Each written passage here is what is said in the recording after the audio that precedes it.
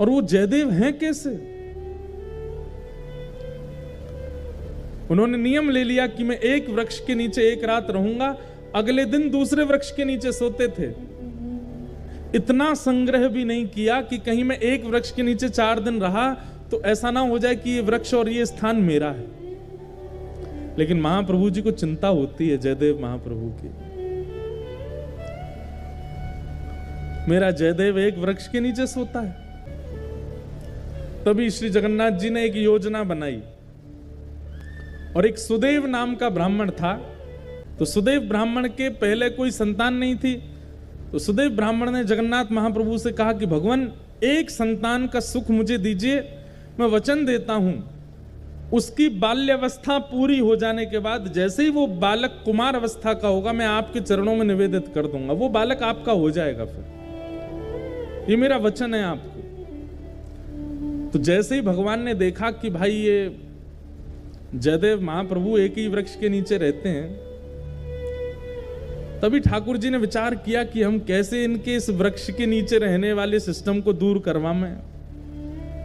तभी ठाकुर जी को याद आया कि एक सुदेव ब्राह्मण था, उसने इतने वर्ष पहले हमसे कहा था कि एक संतान हो जाए तो वो हमें अर्पित करेगा। और ठाकुर जी की कृपा से उस सुदेव ब्राह्मण के यहाँ एक पुत्री ने जन्म लिया। महाप्रभु जी ने विचार किया कि उसकी पुत्री अब विवाह के योग्य हो गई है। महाप्रभु जी ने उसको स्वप्न दिया सुदेव ब्राह्मण को, और स्वप्न में जाकर के उसको याद दिलाया, तुमने हमसे कहा था एक संतान होगी तो तुम हमको अर्पित करोगे, तुम्हारी बेटी हुई, अब भूल गए अपना वचन। अगले दिन ही सुदेव अपनी बेटी लेकर के महाप्रभु जगन्नाथ जी के सामने गया। जय जय, मेरी धृष्टता क्षमा, मैं भूल गया था कि पुत्री आपको अर्पित करनी, मेरी पुत्री आप इसको स्वीकार करो। जैसे ही उसने प्रणाम किया, महाप्रभु जगन्नाथ जी उसके अंतस्थ में आ गए और बोलने लगे, बोले अब ये हमारी हो गई तो हम जहां जाएंगे वहां इसको लेके जाओ, हम जहां चाहेंगे वहां इसको दे आओ। बोले आज्ञा करो। बोले एक वन में एक जयदेव महाप्रभु हैं, गीत गोविंद की रचना जिन्होंने की, उनसे जाकर के अपनी बेटी का ब्याह कर दो। पद्मावती नाम था उनका। तो सुदेव ब्राह्मण बोला, भगवान वन में रहते हैं, बेटी। बोले अब ये तुम्हारी बेटी नहीं तो तुम चिंता क्यों कर रहे हो? तुम्हारी बेटी होती तुम चिंता करते ना कि जमाई हमारा कैसा, घर है कि नहीं है, परिवार है कि नहीं, संपत्ति। अब तो ये हमारी हो गई, तो अब इसके पिता हम हैं, हम इसके लिए योग्य वर ढूंढ चुके हैं, उससे जाके ब्याह करो इसका। और जो आज्ञा भगवान, बिल्कुल संशय नहीं है मेरे चित्त में, मैं ब्याह कर दूंगा। और जाते जाते जगन्नाथ महाप्रभु, सुनो, तुम अपनी बेटी लेकर के संबंध कराने आए हो ऐसा बिल्कुल मत बोलना, ये कहना महाप्रभु जगन्नाथ जी ने भेजा है और उन्होंने ही आज्ञा की है कि आपको इनसे ब्याह करना पड़ेगा। ठाकुर जी को कितनी चिंता हो रही है कि जयदेव जी का घर बन जाए, जयदेव जी की झोपड़ी हो जाए। सुदेव ब्राह्मण अपनी पुत्री पद्मावती को लेकर के पहुंचे। श्री जयदेव महाप्रभु एक वृक्ष के नीचे बैठे थे, तो प्रणाम किया। जयदेव महाप्रभु, कहिए भगवान कैसे आना हुआ? बोले भगवान आप सुयोग्य हैं और मेरी बेटी आपके बिल्कुल योग्य है, मैं अपनी पुत्री का आपसे विवाह करने के लिए आया हूं। और ये मैं अपनी पुत्री का विवाह करने इस भाव से नहीं आया कि मैं इनका पिता हूं। महाप्रभु जगन्नाथ जी ने मुझे स्वप्न देकर के आज्ञा दी है कि आप इनको स्वीकार करो। जयदेव महाप्रभु उठ खड़े हुए, हंस करके बोले जगन्नाथ प्रभु तो बोलेंगे ही, खुद ने तो 16,108 किए हैं, उनको क्या कमी है? वो तो 10-5 हजार और कर लें तो भी उनको कोई दिक्कत नहीं, वो तो कर्तुम अकर्तुम अन्यथा कर्तुम समर्थ परमेश्वर हैं, वो संभाल भी सकते हैं। पर मैं कैसे संभालूंगा इनको? मैं तो एक वृक्ष के नीचे एक रात रहता हूं, फिर दूसरे वृक्ष के नीचे दूसरी रात गुजारता हूं, तीसरे मेरा कोई ठिकाना नहीं है। और भाई इनको रखने के लिए तो बहुत व्यवस्थाएं करनी पड़ जाएंगी, मेरे भजन में बाधा हो जाएगी, मेरे चित्त में इतना भाव प्रेम नहीं उमड़ पाएगा फिर ठाकुर जी के प्रति। क्षमा करें, महाप्रभु भले ही जगन्नाथ जी ने इनको भेजा। अब देखो ये अधिकार प्रेमी व्यक्ति को प्राप्त होता है, मना कर देते हैं, नहीं करेंगे। अरे आप कैसे व्यक्ति हैं, महाप्रभु जी की आज्ञा नहीं मान रहे हो, जगन्नाथ जी की आज्ञा नहीं मान रहे हो? बोले हमें स्वीकार है, हम बिना आज्ञा के ही रह लेंगे, लेकिन ये नहीं करेंगे। तो एक बार को तो सुदेव ब्राह्मण को क्रोध आ गया, बोले भगवान की आज्ञा ना मानने वाले को हम कैसे दे सकते हैं, चल बेटी।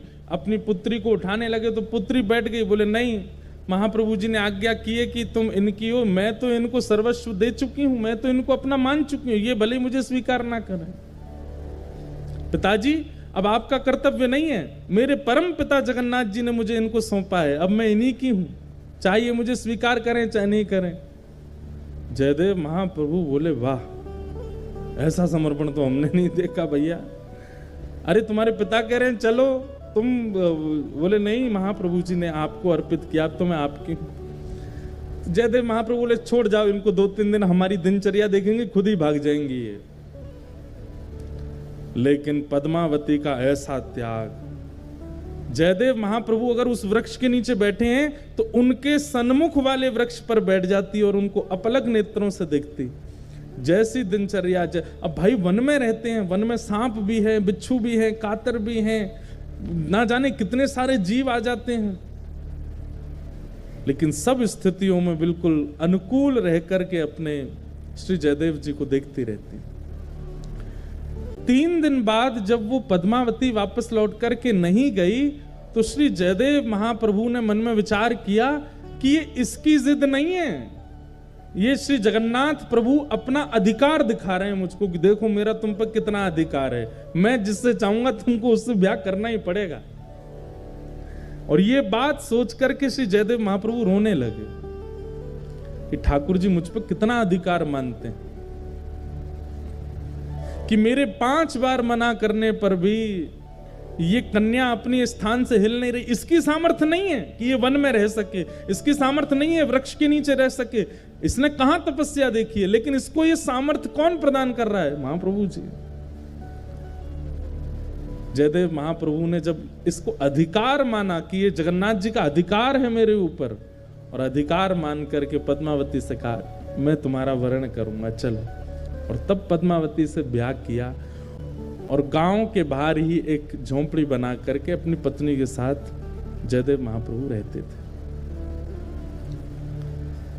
अब ठाकुर श्री जगन्नाथ जी को शांति पड़ी कि हाँ अब ठीक है, झोंपड़ी में रहता है, अब कम से कम धूप, वर्षा, सर्दी, गर्मी, जीव जंतुओं से सुरक्षित तो है, कोई दिक्कत नहीं। जयदेव महाप्रभु महाकाव्य गीत गोविंद की रचना की। और ऐसा कहीं कहीं वर्णन आता है कि जयदेव महाप्रभु बोलते थे और उनकी पत्नी जो पद्मावती थी वो लिखती थी, वो उनसे लिखवाने का क्रिया करते थे। ठाकुर जी के अंतरंग लीलाओं को वर्णन करते और पत्नी से कहते तुम लिखो। दोनों दंपति मिलकर के महाप्रभु जगन्नाथ जी के यश का गान कर रहे हैं, ठाकुर जी की लीला का स्मरण कर रहे हैं। एक बार जयदेव महाप्रभु नेत्र बंद करके चिंतन कर रहे हैं और चिंतन करते करते उनको दृश्य क्या दिखा कि ठाकुर जी ने देखा किशोरी जी थकी हारी बैठी हैं एक शिला पर, और तुरंत ठाकुर जी सोचते हैं आज अच्छा समय है, किशोरी जी के दोनों चरण उठा करके अपने श्री मस्तक पर रख लूं। जयदेव महाप्रभु कहते कहते रुक गए। और रुक क्यों गए? बोले कहीं ऐसा तो नहीं कि ठाकुर जी और किशोरी जी के इस भाव को मैं जो देख रहा हूं मेरी पत्नी किसी अन्य भाव में ले जाए, कहीं ऐसा नहीं हो कि इसके चित्त में यह भाव आ जाए कि ये परमात्मा है, ये साक्षात जगत नियंता जगदाधार त्रिलोकी स्वामी हैं, जो इतने आसक्त हो गए हैं किशोरी जी के प्रति कि उनके दोनों चरण उठा करके अपने सिर पर रख रहे हैं, कहीं इसके चित्त में कोई अन्य भावना तो नहीं आ जाएगी। बोलते बोलते जयदेव महाप्रभु रुक गए और तुरंत मन में विचार किया कि मैं अपना नित्य क्रम कर आता हूं और इसको मैं थोड़ा परिवर्तित करके बोलूंगा, ऐसा कोई भावना आवे जिससे इसके चित्त में कोई दुर्भाव प्रकट हो जाए। तो जयदेव महाप्रभु, देवी अभी ना मुझे आगे याद नहीं आ रहा है, तुम एक काम करो, इसको आगे मैं पूरा करूंगा, यहीं रख दो। और कलम और गीत गोविंद की पुस्तिका वहीं रख करके जयदेव महाप्रभु बोले तुम भोजन प्रसाद तैयार करो, मैं गंगा स्नान करके आता हूं और स्नान करके आके फिर प्रसाद पाके फिर लिखूंगा। वो ठीक है। अब वो चली गई प्रसाद बनाने, जयदेव महाप्रभु चले गए गंगा स्नान करने। इतने में ठाकुर जी ने मन में विचार किया कि इस भाव को लिखने में इनको संकोच क्यों हो रहा है।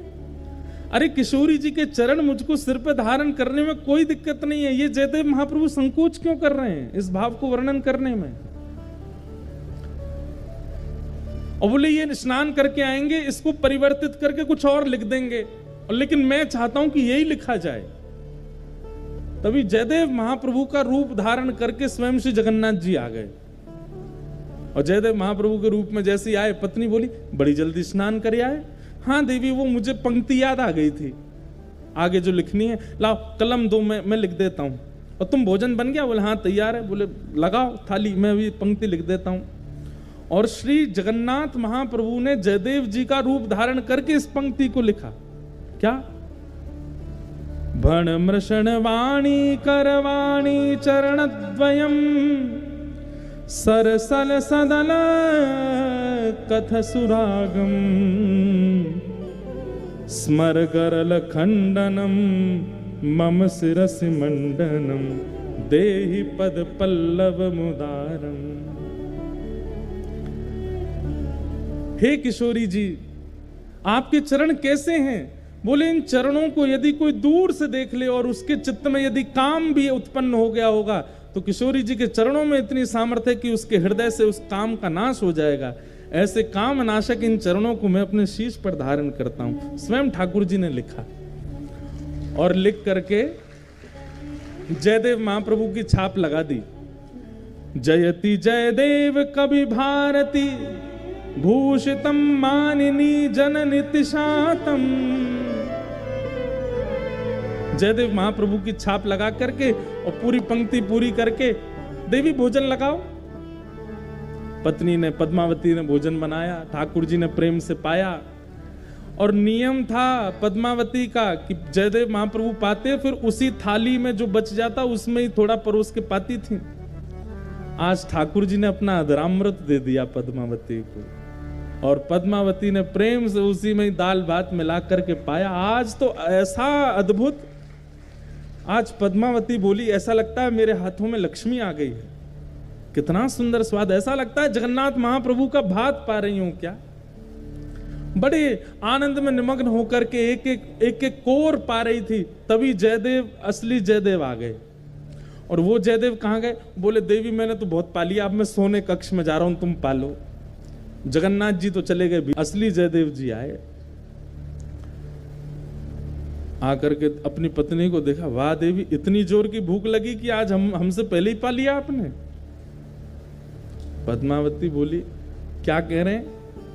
बोले तुम रोज हमको पवाती हो, फिर हमारे बात पाती हो, आज हमसे पहले ही पा रही हो। पद्मावती बोली कुछ खा पी लिए हैं क्या आप? अरे अभी अभी तो आप प्रसाद पाके सोने गए थे। आप